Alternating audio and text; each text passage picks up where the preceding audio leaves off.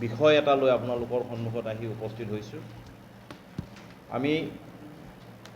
সততে দেখি আহিছোঁ অসমৰ প্ৰায়বোৰ চৰকাৰে সংখ্যালঘু শব্দটোত বহুত আঁচনি আৰু বহুত সুবিধা সংখ্যালঘু লোকসকললৈ আগবঢ়াই আহিছে। বিগত প্ৰায় 30 বছৰে আমি এই কথাবিলাক দেখি আহিছোঁ যে সংখ্যালঘুসকলক সংখ্যালঘু উন্নয়ন পৰিষদ, সংখ্যালঘু মন্ত্ৰী, উন্নয়ন মন্ত্ৰী বা সংখ্যালঘুৰ ক্ষেত্ৰত বিভিন্ন সা সুবিধা আঁচনি দি থকা দেখা হৈছে। আচলতে অসমৰ ক্ষেত্ৰত আপুনি যদি লক্ষ্য কৰে সংখ্যালঘু যিটো শব্দ, এই শব্দটোৰ অপলাপ হৈছে। ইয়াৰ যিটো মূল সংজ্ঞা, এই সংজ্ঞাটোৱে ভুল হৈ গৈছে। সংজ্ঞাটো এটা বেলেগ ধৰণৰ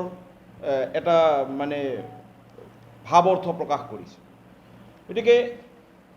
সংখ্যালঘু বুলি ক'লে সততে আমি কাৰ কথা ভাবোঁ? মুছলমানসকলৰ কথা ভাবোঁ। মানে এনেকুৱা এটা ট্ৰেণ্ড হৈছে সংখ্যালঘুৰ কথা কৈছোঁ মানে মুছলমানৰ, সংখ্যালঘুৰ কাৰণে আঁচনি আহিছে মানে মুছলমানৰ। আজি হিন্দু যুৱ ছাত্ৰ পৰিষদে এই কথাটো স্পষ্ট কৰাই দিব বিচাৰিছোঁ, অসম চৰকাৰে এই ক্ষেত্ৰত তেওঁলোকে সিদ্ধান্ত ল'বৰ প্ৰয়োজন হৈছে যে সংখ্যালঘু মুছলমানসকল হয়নে নহয়। আজি নিশ্চিতভাৱে মই কৈছোঁৱেই যে আমি উজনি নামনিটো আছে গৰিয়ামৰীয়া লোকসকল আছে, সেইসকল আপোনালোকে যদি যায়, আমি গৈছোঁ, মই গৈছোঁ, আপোনালোকৰ সংবাদ জগততো দুই এগৰাকী আছে, আমি কথা পাতোঁ, তেখেতসকলে আমাক কয়, তেখেতসকলে এই কথাবিলাক কৈ নিজেই আক্ষেপ প্ৰকাশ কৰে। আৰু তেখেতসকলৰ কথা বা হাজং, মদাহী ইত্যাদি শিখ, বুদ্ধিষ্ট এই সকলোৰে ওচৰত গৈ আমি এই তেওঁলোকৰ যে আপোনালোকে সংখ্যালঘু হিচাপে কিবা পাইছেনে হাঁহে তেওঁলোকে, সংখ্যালঘু আমিতো নহয়, এতিয়া সংখ্যালঘু কেৱল তেওঁলোকে,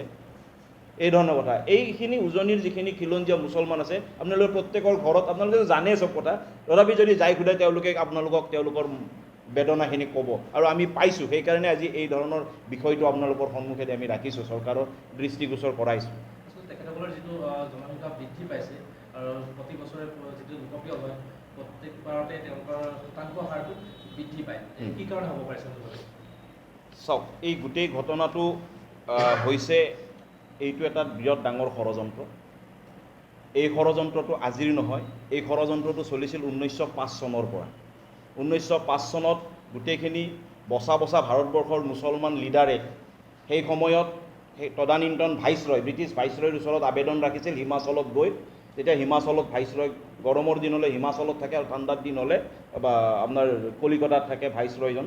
তেওঁৰ ওচৰত দাবী উত্থাপন কৰিছিল যে ভাৰতবৰ্ষৰ যিকোনো উন্নয়নমূলক কাম আৰু যিকোনো ধৰণৰ নিৰ্বাচন বা কেন্দ্ৰিক যিকোনো কাম হয় তাত মুছলমানৰ কাৰণে আৰক্ষণ লাগিব। আৰু 1906 চনত সেই মুছলমান নেতাসকলে আৰু বৃহৎ সংখ্যক মুছলমান নেতাক লগ লগাই মুছলিম লীগৰ গঠন কৰিলে। আৰু যি সময়ত কংগ্ৰেছে, জাতীয় কংগ্ৰেছে ভাৰতৰ পৰা ব্ৰিটিছ খেদাৰ কাৰণে আন্দোলন কৰি থাকিলে, সেই সময়ত সমান্তৰালভাৱে অতি ফল্গু ধাৰাৰে একাংশ মুছলমানে ভাৰতবৰ্ষক মুছলমানৰ কাৰণে দ্বিখণ্ডিত কৰাৰ কাৰণে তেওঁলোকৰ ষড়যন্ত্ৰ চলাই গ'ল। আৰু 1947 চনত ভাৰত স্বাধীন হোৱাৰ আগতে কিন্তু ভাৰত দ্বিখণ্ডিত হ'ল, পাকিস্তান আৰু তেতিয়া পূব পাকিস্তান, আজিৰ বাংলাদেশ। এই যে বাংলাদেশ যেতিয়া হ'ল, তাৰ গ্ৰুপিঙৰ সময়ত বাংলাদেশৰ লগত অসমখনক চামিল কৰা হৈছিল। তেতিয়া অসমৰ আপোনালোকে সকলোৱে জানে স্বনামধন্য অসমৰ নেতা, বলিষ্ঠ নেতা গোপীনাথ বৰদলৈ ডাঙৰীয়া, তৰুণৰাম ফুকন ডাঙৰীয়া আৰু দিল্লীত ৰাষ্ট্ৰীয় পৰ্যায়ৰ চৰ্দাৰ বল্লভভাই পেটেল, আপোনাৰ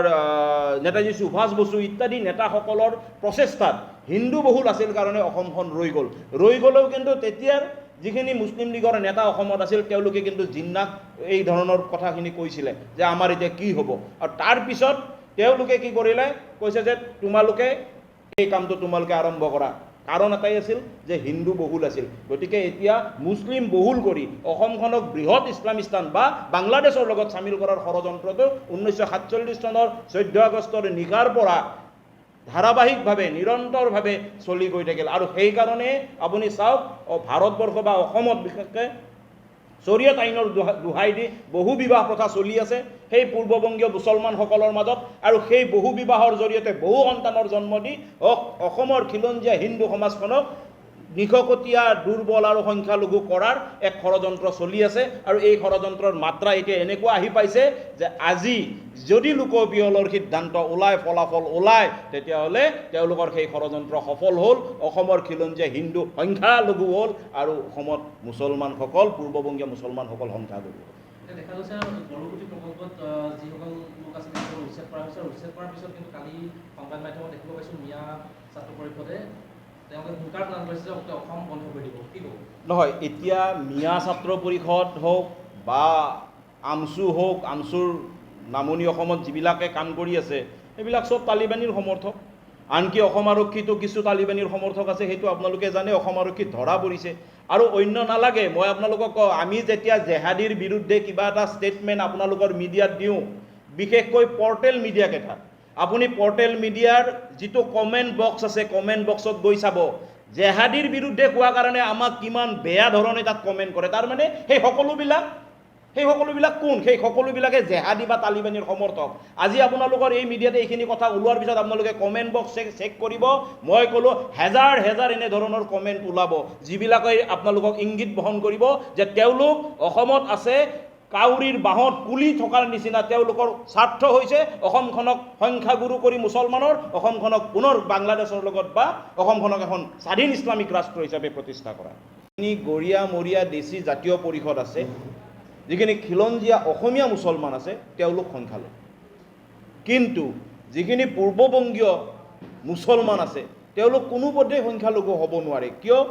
2011 চনৰ যিটো লোকপিয়ল আছিলে 2011 চনৰ লোকপিয়ল অনুসৰি অসমত মুছলমানৰ সংখ্যা প্ৰায় 35% 34 সামথিং আছে গতিকে প্ৰায় 35% আৰু আমি যদি লক্ষ্য কৰোঁ মুছলমানৰ জন্মৰ হাৰ হিন্দুতকৈ ক'ৰবাত দুগুণ ক'ৰবাত 4 গুণ বৃদ্ধি হয় ঠাই বিশেষে দুগুণটো থাকেই ঠাই বিশেষে 4 গুণলৈও বৃদ্ধি হয় আৰু সেই হিচাপে চাব গ'লে 2020 চনত আমি লোকপিয়লৰ কাম পুনৰ আৰম্ভ কৰিব লাগিছিল কৰোনাৰ কাৰণে আমি 2020 চনত লোকপিয়লৰ কাম আৰম্ভ কৰা নাই এতিয়া 21 বা 22ত কেতিয়া কৰিব নাজানো আমি হিন্দু যুৱ ছাত্ৰ পৰিষদ নিশ্চিত যে যদি এইবাৰৰ লোকপিয়ল হয় 20ত নহ'ল 21ত বা 22ত যদি লোকপিয়ল হয় আৰু সেই লোকপিয়লৰ সিদ্ধান্ত বা লোকপিয়লৰ যিটো ফলাফল আহিব এই ফলাফলত অসমৰ মুছলমানসকল সংখ্যাগুৰু হ'ব আৰু যদি মুছলমানসকল সংখ্যাগুৰু হয় তেতিয়াহ'লে সংখ্যালঘুৰ নামত যিমান আঁচনি আবণ্টন কৰা হৈছে তেতিয়াহ'লে তাত মুছলমানসকলে সুবিধা কেনেকৈ দিয়া হয়